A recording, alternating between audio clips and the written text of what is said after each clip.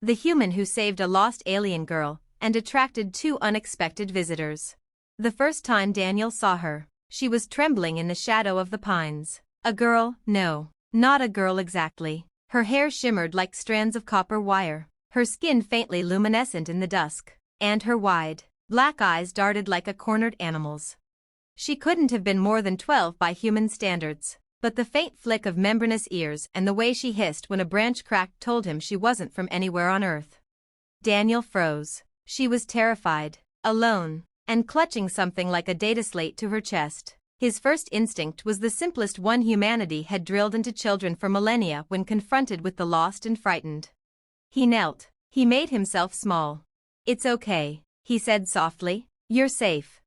She blinked at him, suspicious. He took off his jacket and set it on the ground between them, a universal gesture, offering, not threat.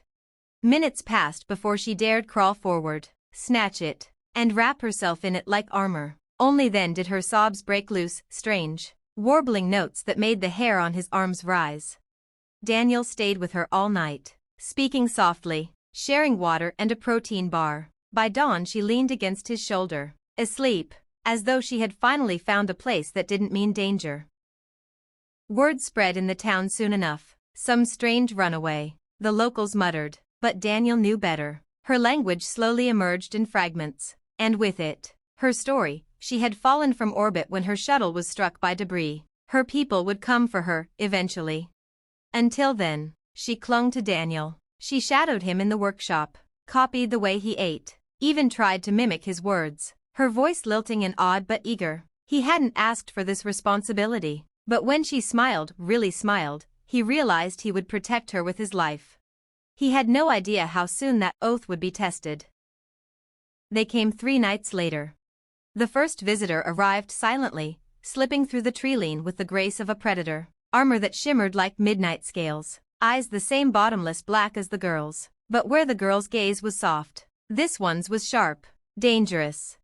Daniel had been repairing a generator when he felt the shift in the air. He looked up, and the figure was there, no weapons drawn, but every movement spoke of coiled violence. "You have something of ours," the alien said, voice like flint scraping steel. Daniel straightened slowly. The girl peeked from behind him, fingers clutching his shirt. He put himself between them instinctively. "She's safe here," Daniel said. "She was lost."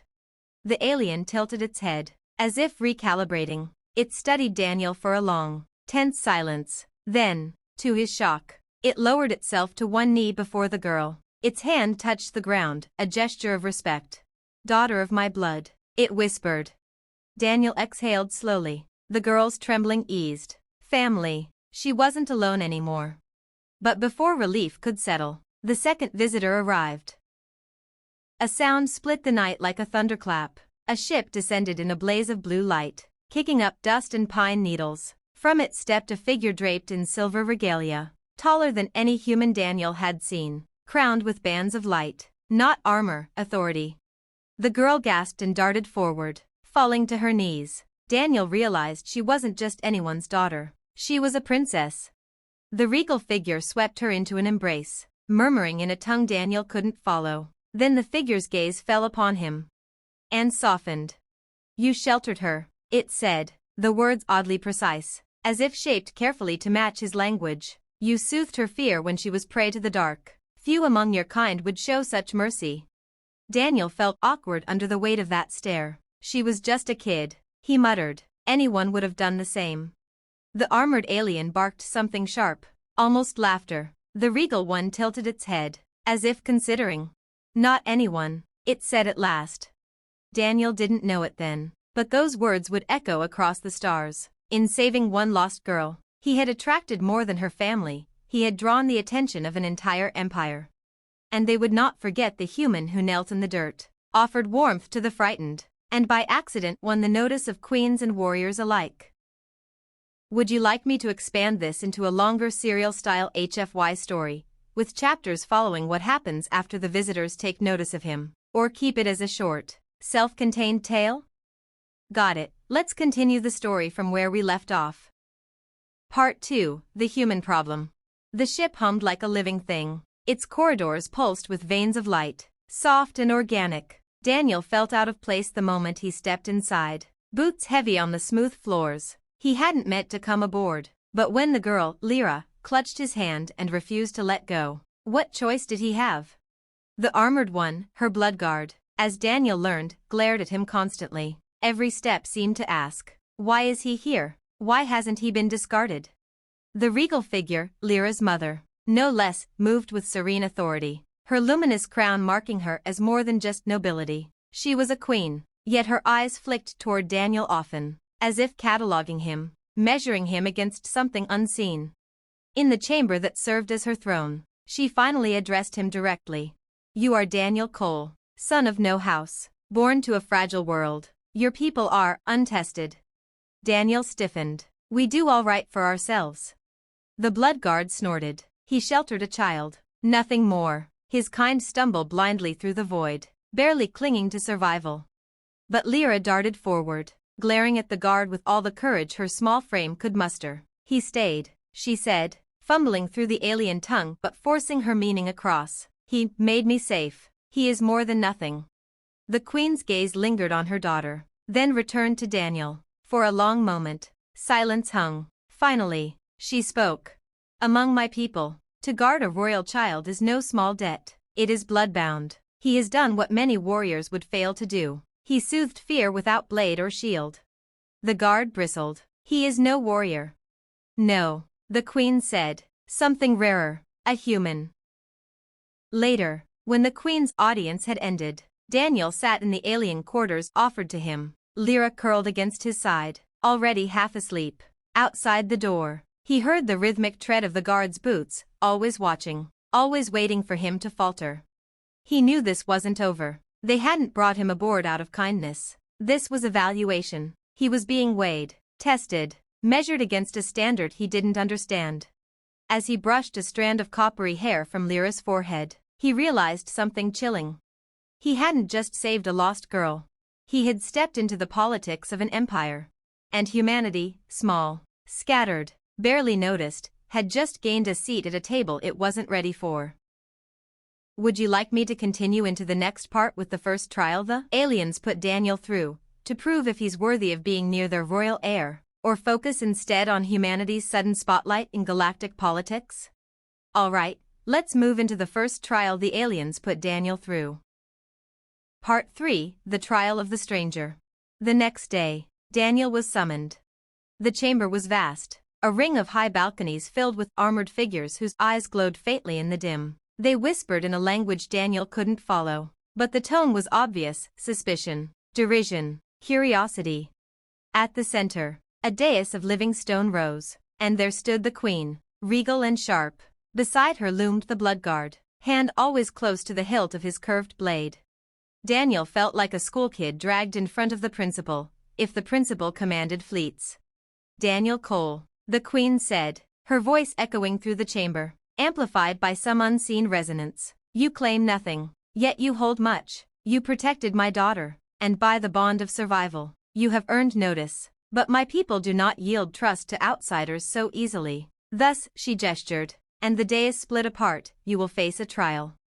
The floor retracted, revealing a pit below. From it rose a platform, and on that platform coiled something that made Daniel's breath catch. A beast, alien, reptilian, 6 limbs ending in barbed claws, eyes burning like molten gold, chains barely held it in place as it strained and hissed. Daniel's heart lurched. You want me to fight that? The bloodguard smiled for the first time, sharp and cruel. Let us see how the human survives without his soft words. The queen's voice cut across the murmurs. Not fight, endure. Show us what it is that made my daughter cling to you when all else was terror. The chains released. The creature leapt. Daniel had no weapon, no armor, just his wits and his instincts. He dove aside as claws raked the stone. Heart hammering, the beast turned, snarling, saliva hissing where it hit the floor. His mind screamed, run. But then he saw her. Lyra, watching from the balcony above, small hands gripping the railing, eyes wide with fear, the same fear she'd had when he found her in the woods. Daniel straightened. Running wasn't an option. Not when she was watching, not when she needed to see him stand. He grabbed a broken length of chain, the only thing within reach, and faced the beast. His stance was clumsy, his pulse erratic, but he planted his feet anyway. When the monster lunged again, he didn't retreat, he roared back. The sound startled even him, raw, human defiance. The beast skidded, confused for a heartbeat, and in that pause Daniel struck, not to kill, but to drive it back, smashing chain against snout with every ounce of strength. The chamber erupted with shouts. The beast recoiled, more wary now, circling. Daniel's arms trembled, lungs burning, but he refused to drop the chain. Above, Lyra whispered something to the queen, and though he couldn't hear it, he saw the woman's expression shift, calculating, almost impressed. Minutes passed. The beast circled again and again, but Daniel did not falter. He stood, battered and breathless, until finally the queen raised her hand. The beast froze. Then, like a puppet with its strings cut, it slumped, subdued by some unseen command. Silence fell. The queen's voice carried, low and clear, not strength, not skill, endurance, resolve. He stood, though he could flee. He faced fear, though he had no chance of triumph. The blood guard glared, but the queen's verdict was final. This human is different. And for the first time, the eyes of an empire began to shift toward Earth. Do you want me to take the next part into galactic politics, word of Daniel's endurance spreading among alien courts, or focus on his growing bond with Lyra and the Bloodguard slowly respecting him? Perfect, let's carry it forward. This part will deepen both politics and personal bonds. Part 4, Whispers of the Human. Word traveled fast. Daniel hadn't been back in the guest quarters for more than an hour before whispers seeped through the ship's corridors. He didn't know the language, but he recognized the cadence, awe mixed with disbelief. The human had stood against a predator beast and survived. The queen's courtiers repeated it in hushed tones. The Bloodguard, though visibly irritated, no longer called him nothing. And Lyra? She glowed. Wherever she went, she clutched his hand proudly, as though saying to every alien, "I see." He stayed. He always stays. Daniel felt awkward under the attention, but he couldn't deny the shift. He wasn't invisible anymore. 2 days later, the queen summoned him privately. The throne room was empty this time, just Daniel, the queen, and the ever-present Bloodguard. Her voice was softer now, stripped of the grand echo. "Do you understand what you've done?" she asked. Daniel shrugged. "Didn't feel like much. I just didn't run." The queen's lips curved faintly. "Precisely. That is why it matters. Many warriors seek glory. Few will stand when they know glory is impossible." The Bloodguard shifted, clearly disapproving. "You elevate him too quickly. He is still fragile." "Fragile?" The queen turned her gaze on him. "Perhaps, but fragility is not weakness. A reed bends in the storm where stone shatters." She turned back to Daniel. "Our empire is vast, but our enemies grow bolder. They think us predictable. They think they know what fear shapes us. A human who endures without hope, such a concept unsettles them. Already, rival courts whisper. They wonder, what are these humans, if even one can stand so?" Daniel's stomach sank. "Wait, you're saying, all of humanity just got dragged into this?" The queen inclined her head. "Yes." That night, Daniel found himself alone with the Bloodguard for the first time. The armored warrior leaned against the wall, arms crossed, watching him like a hawk. "You should know," the guard said at last. "I despised you." Daniel snorted. That much was obvious. But, the guard's eyes narrowed. "Reluctant, you stood where many of my own would falter. For that, I owe you a measure of respect. Do not mistake it for friendship. But when blades rise against you, I will not be the one to strike first." Coming from him, it was almost a compliment. Later, when Daniel tucked Lyra into her bed, she whispered, "You didn't run." He smiled tiredly. "Didn't really have a choice, kid." She shook her head, eyes half closed. "No, you stayed, like before, like always."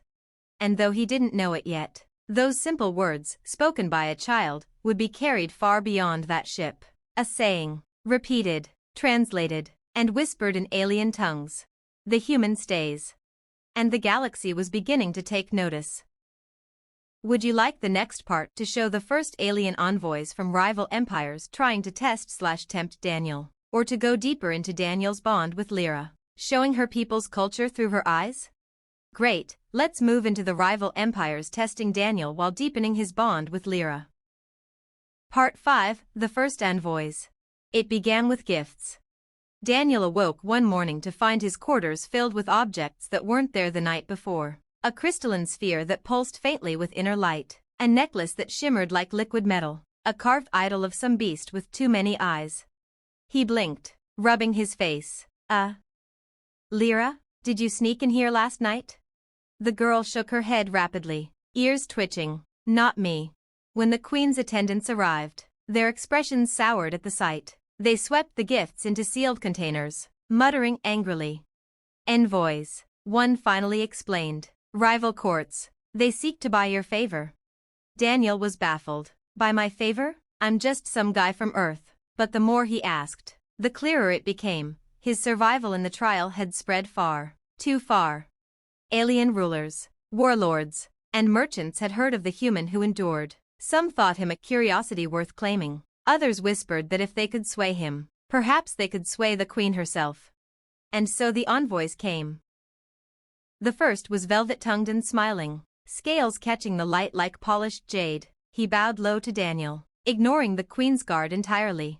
Human Daniel, he purred, your kind is young, alone, but my people, we welcome those who endure. Serve with us, and your species will never want for protection. Daniel blinked. Serve with you? I'm not. I'm not for sale. The envoy's smile thinned. All beings are human. The question is only the price. The blood guard stepped forward, hand on his blade, and the envoy retreated with a hiss. But his parting words lingered. Remember, human, empires rise and fall. Choose wisely who you stand beside. The second envoy didn't bother with charm. She arrived flanked by soldiers in gleaming armor, her voice sharp as razors. You are dangerous, she told Daniel flatly. Not for your strength, but for what you represent. A story. A seed of belief. Seeds grow into forests that topple empires. If you wish to live, stay silent, stay small. Daniel, exhausted from weeks of being judged, simply shrugged. Yeah, that's not really my style. Her eyes narrowed. Then you are a fool. That night, Daniel sat with Lyra on the observation deck, the stars a tapestry around them. She leaned against him, small and quiet, then finally spoke. They want to take you away, she said. The ones who bring gifts. The ones who speak with sharp words. Yeah, Daniel admitted. Seems that way. Her grip on his hand tightened. Don't go.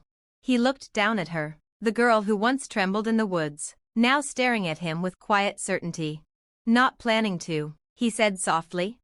She smiled, sleepy but sure. Good, because when you stay, I'm not afraid. And Daniel realized something unsettling but true. It wasn't just her who felt that way. The galaxy itself was beginning to believe it too. Would you like me to take the next part into a major political summit where Daniel is dragged in front of multiple alien powers, or into a sudden crisis, like an attack, that forces him to prove himself again? This time not just to the Queen's people but to everyone watching? Alright, let's raise the stakes with a crisis that forces Daniel to prove himself again, but now in front of the galaxy. Part 6, Fire in the Sky. The summit was never supposed to be Daniel's problem. He was meant to sit quietly at the Queen's side, say nothing, and let the galaxy's rulers argue over trade routes and treaties while he stayed invisible. But invisible had stopped being an option the moment he picked up that chain in the trial. Now, as envoys from a dozen empires filled the Great Hall, a structure carved into the side of a hollowed asteroid, its ceiling open to the stars, Daniel felt eyes on him from every angle. Some curious, some calculating, some hungry. The Queen spoke with measured authority, her words carrying through the translators into every tongue. Daniel caught only fragments, but enough. Disputes over borders, accusations of raids, the usual galactic politics. Then the attack came.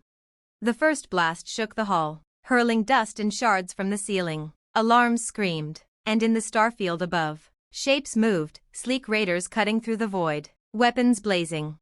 Panic erupted.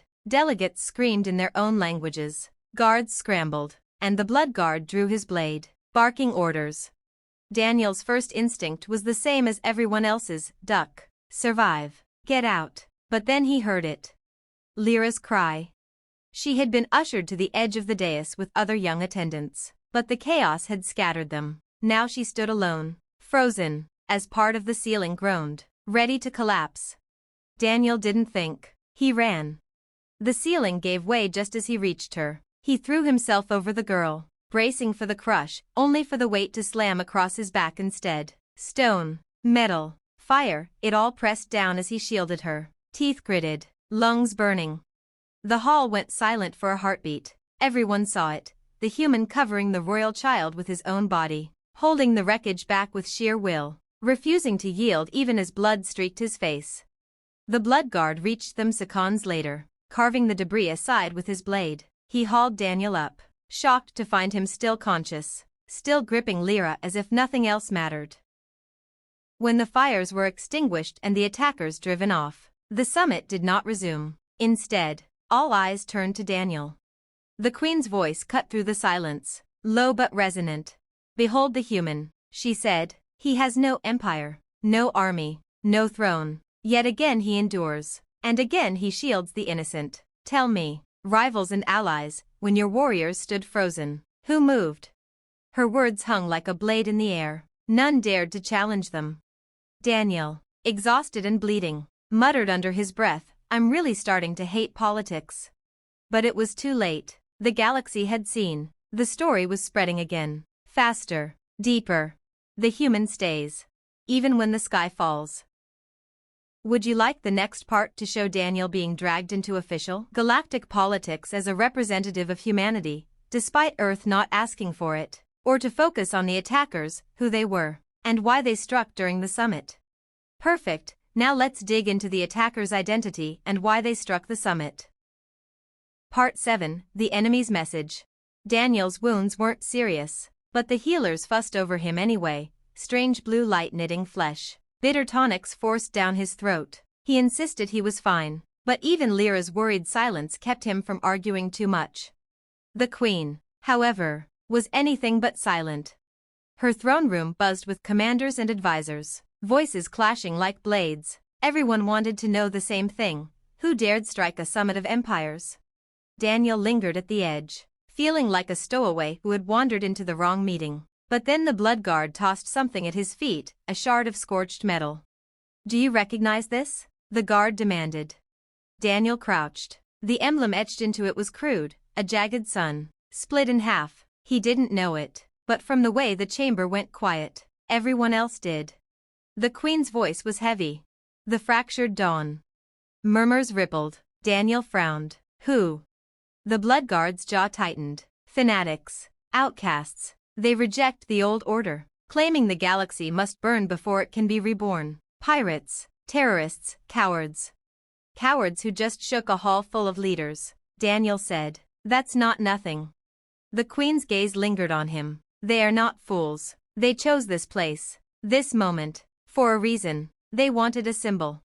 Her words sank like stones in Daniel's gut. A symbol. His mind raced back to the moment of collapse, how everyone's eyes had been on him as he shielded Lyra. "Me," he realized aloud. "They wanted to make a point by killing me." The chamber went still. No one contradicted him. The queen rose, her crown casting shards of light. "If that is true, then you are no longer merely a man who saved a lost child. You are a banner, and banners are targets." Daniel rubbed his temples. "Great. So I didn't just get dragged into politics, I've got terrorists after me too?" The blood guard's voice was sharp but grudging. "Then we guard you as one of our own, whether I like it or not." Lyra tugged Daniel's sleeve, her small voice steady. "They can't take you. You stay." He looked down at her and forced a smile. "Yeah, kid, I stay." But deep down, Daniel knew the fractured dawn wouldn't stop. They hadn't just declared war on a summit. They had declared war on him. And by extension, on humanity. Would you like the next part to dive into the fractured dawn's next move? Maybe even an abduction attempt, or to slow down a little and explore Earth's reaction when they finally hear what's happening to Daniel out there? Alright, Let's bring the fractured dawn into sharper focus with a direct strike, an abduction attempt. Part 8, Shadows in the Halls. The Queen's flagship was a fortress, armored decks, overlapping shield grids, patrols of soldiers moving with military precision. Daniel told himself that meant he was safe. He didn't believe it. For 3 nights after the summit attack, he couldn't sleep. Every shadow in the corridor felt like it was watching. Every sound made him tense. Lyra had started dragging her blanket into his quarters, curling up on the couch instead of her royal chambers, insisting she felt safer where he stayed. Daniel pretended it didn't worry him more. The strike came on the 4th night. The ship's lights dimmed for a fraction of a second, barely noticeable. Except the blood guard stiffened immediately. Intrusion, he growled. Then the alarms wailed. Figures burst from the air vents, armored in black, faces masked with the jagged sun of the fractured dawn. They didn't fire wildly. They moved with precision, straight past the soldiers, straight toward Daniel. Lyra screamed. Daniel reacted without thinking. He shoved her behind him, grabbed the first object he saw, a metal tool from the workshop, and swung as one of the masked intruders lunged. The makeshift weapon cracked against the attacker's helmet with a sickening thud. The soldier staggered. Surprised, Daniel bared his teeth. Yeah, wrong human to mess with. The corridor erupted into chaos. The blood guard fought like a storm, blade carving arcs of light. But more infiltrators poured in. Their goal was clear, not the Queen, not the throne, Daniel. He realized it in a cold flash. They don't just want to kill me, they want to take me. One broke past him, reaching for Lyra. Daniel roared and tackled the figure to the ground. They struggled, fists and elbows slamming into him, but he held on, refusing to let go until the guard's blade ended the threat. Blood ran down his face. His arms shook, but he stayed over Lyra until the last attacker fell. When it was over, the corridor stank of ozone and scorched metal. Daniel sat back against the wall, chest heaving. Lyra clung to him, trembling, but unhurt. The Queen arrived moments later, her calm cracking for the first time as she rushed to her daughter. Only when she saw Daniel, bruised, bleeding, but still shielding the girl, did her voice return to iron. They wanted you alive, she said. The fractured dawn seeks more than a kill. They seek to break the story of the human who stays, by making you vanish. Daniel wiped blood from his brow and gave a weak grin. Guess they didn't get the memo. I'm stubborn. The Queen stared at him, then spoke softly, more to herself than anyone else. Stubborn enough that even my enemies fear the legend you're becoming. Do you want the next part to show Daniel being hidden/protected by the Queen in a secret sanctuary, with more bonding with Lyra? Or should we push into the fractured dawn escalating, launching an attack not on the Queen's people, but directly on Earth itself? Alright, time to escalate. The fractured dawn strikes at Earth itself. Part 9, Fire on Earth. The Queen's Council chamber buzzed with grim voices. Maps of star lanes and holographic projections filled the air, showing red markers creeping across space. Daniel had been listening with half an ear until one phrase cut through the alien language and snapped him to attention. Soul system. He pushed forward. Wait, what did you just say? Did you say soul? The blood guard turned toward him, face like stone. Yes. Reports confirm, the fractured dawn has raiders moving toward your homeworld. Daniel's mouth went dry. Earth. They're going after Earth? The Queen nodded gravely. You must understand, Daniel Cole. You are more than a man now. To your people, perhaps still just one among billions, but to the galaxy, you are the symbol of humanity itself. The dawn wishes to shatter that symbol by striking where you were born.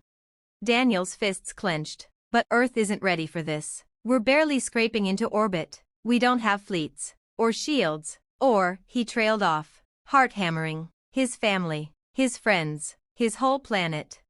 Lyra's small voice cut in, tight with fear. They want to make you afraid, Daniel, to make you run. He looked at her, this girl who had once been trembling in the woods, now echoing his own resolve back at him. Slowly, he shook his head. No, I don't run. Within hours, the Queen's flagship changed course. Her generals argued fiercely, why risk their strength for a primitive backwater? But her word was final. We defend Earth, she declared, because Earth gave us the human who stayed. When Daniel stepped onto the bridge, the view nearly broke him. The blue marble of home hung in the void, beautiful and fragile, and in orbit above it, the jagged silhouettes of raider ships already closing in.